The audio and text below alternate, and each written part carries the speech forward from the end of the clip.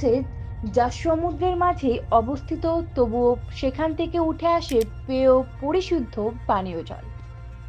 তামিলনাড়ুর রামেশ্বরমে সমুদ্রের মাঝে অবস্থিত এক ব্যতিক্রমী ও পবিত্র তীর্থস্থান সীতাকুণ্ড, যা ভিলুন্দি তীর্থ নামেও পরিচিত।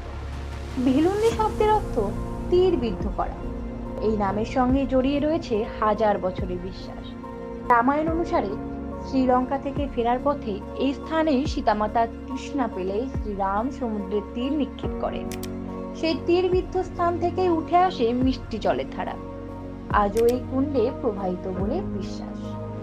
আশ্চর্যের বিষয়, চারপাশে লবণাক্ত সমুদ্র, অথচ এই কুয়োর জল আজও সম্পূর্ণ মিষ্টি, যা আজও বিজ্ঞানী ও দার্শনার্থীদের বিস্মিত করে।